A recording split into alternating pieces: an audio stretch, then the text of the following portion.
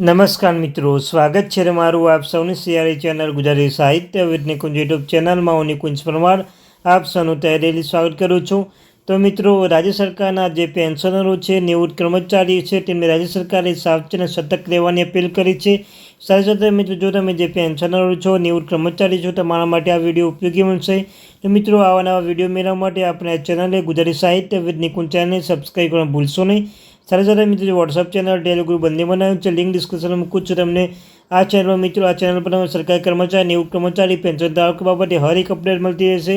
પગાર બાબતે DA, DR, HRA અન્યથા કોઈ પણ અપડેટ આવે તમે જાણ કરવામાં આવશે। પરિપત્ર અપડેટ આવશે તો જાણ કરવામાં આવશે। ચેનલ સબસ્ક્રાઈબ કરી બેલ આઇકન બટન દબાવવાનું ભૂલશો નહીં। તો મિત્રો, સરકારે ડીઓપીટી દ્વારા સરકારી કર્મચારીઓની પેન્શન માટે જૂન મહિનાના લઈને નવા નિયમ જાહેર કર્યા હતા। સરકારી કર્મચારીઓની પેન્શન માટે ખૂબ જ ઉપયોગી સારા સમાચાર છે કે સરકારી કર્મચારી અને પેન્શનના આ નવા નિયમ વિશે જાણ હોવું ખૂબ જ જરૂરી છે। જો તમે સરકારી કર્મચારી છો, તમારા માટે આ સમાચાર ઉપયોગી બનશે। આ સમાચાર કેન્દ્ર સરકારના ડીઓપીટી દ્વારા કેટલીક માર્ગદર્શિકા અને આદેશ જાહેર કરવામાં આવે છે, જો દરેક કર્મચારી પેન્શન માટે જાણવું ખૂબ જ મહત્વપૂર્ણ છે। મેં પેન્શન લઈને ખૂબ જ સારા સમાચાર આવી રહ્યા છે। અત્યાર સુધી એવો નિયમ હતો કે જો મહિલા કર્મચારી બાળકો વિકલાંગ હોય તો બાળ સંભાળ રજા લાભ લેવા માટે બાળકોની ઉંમર 22 વર્ષ અથવા 22 વર્ષથી ઓછી હોવી જોઈએ, પરંતુ હવે તેમાં સુધાર કરવામાં આવ્યો છે। હવે જો મહિલા કર્મચારી પાસે અપંગ બાળક હોય અને તેની ઉંમર ગમે તે હોય તો મહિલા સરકારી કર્મચારી બાળ સંભાળ રજાનો લાભ મેળવી શકે છે। આ રીતે હવે વયમર્યાદા નાબૂદ કરવામાં આવી છે। આ સાથે મહિલા કર્મચારી વધુ એક અદ્ભુત ભેટ મળી છે કે મહિલા કર્મચારી તેના પતિ જીવિત હોય ત્યારે પણ તેઓ બાળકના પેન્શન માટે નોમિનેટ કરી શકે છે।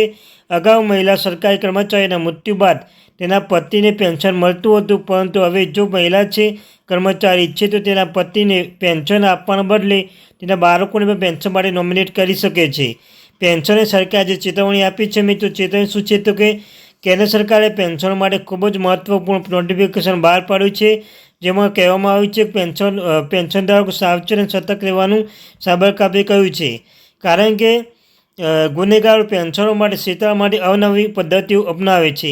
આવી સ્થિતિમાં કોઈ અજાણ્યા વ્યક્તિ સાથે વાત ન કરવી, ઓટીપી શેર ન કરવો, અજાણ્યા લિંક પર શેર ન કરવી જોઈએ, મોબાઈલ પર કલાકો સુધી અજાણ્યા વ્યક્તિ સાથે વાત ન કરવી જોઈએ, તમારે માહિતી લઈને કોઈને શેર ન કરવી જોઈએ।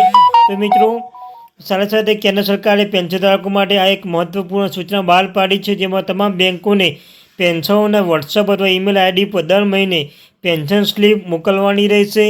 સાથે સાથે મિત્રો, પેન્શન સ્લીપમાં અધૂરી માહિતી સાથે મોકલવી જોઈએ નહીં। પેન્શન સ્લીપમાં સંપૂર્ણ માહિતી હોવી જોઈએ, જેથી પેન્શન સમજી શકે છે કે જેમ કે પેન્શન કેટલું ડીટીએસ કાપવામાં આવે છે, કેટલું બાકી છે, તેને મૂળભૂત પેન્શન કેટલું છે, ડીએ ટકાવારી, એરિયસ, કોમ્પ્યુટેશનની માહિતી વગેરેનો ઉલ્લેખ પેન્શન સ્લીપમાં કરવાનો રહેશે। તમામ બેંકોને હેતુ પેન્શન દર મહિને પેન્શન સ્લીપ આપવાનો રહેશે।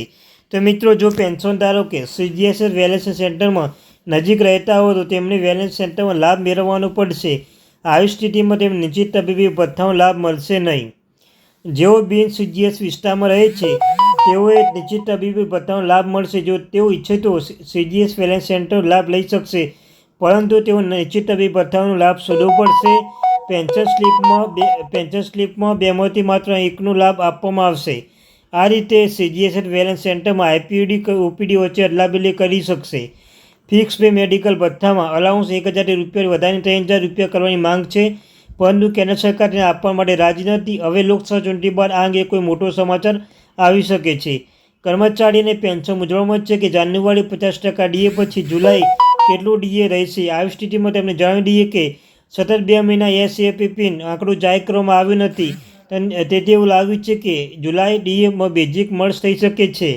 પંજાબ હરિયાણા હાઈકોર્ટે ઐતિહાસિક નિર્ણય આપ્યો છે। આ નિર્ણયમાં કોર્ટે કહ્યું છે કે પેન્શનના કોમ્બેટ વેલ્યુની રકમ સંપૂર્ણ કપાત 10 વર્ષથી 8 મહિના મિત્રો, શું છે કે આ નિર્ણય કોર્ટે કહ્યું કે પેન્શનના કોમ્બેટ વેલ્યુની સંપૂર્ણ કપાત 10 વર્ષથી 8 મહિના પૂર્ણ થાય છે। આવી સ્થિતિમાં વધુ કપાત કરી શકાશે નહીં। આ રીતે પંજાબ હરિયાણા હાઈકોર્ટ આગામી આદેશ સુધી પેન્શનમાંથી કોમ્પ્યુટેશનની કપાત પર પ્રતિબંધ મૂક્યો છે। જો આ રીતે જોવામાં આવશે તો મે મહિના પેન્શનમાંથી કોમ્પ્યુટેશનની કોઈ રકમ કપાત કરવામાં આવશે નહીં। તો મિત્રો, આ હતી આજની મહત્વપૂર્ણ ચર્ચા।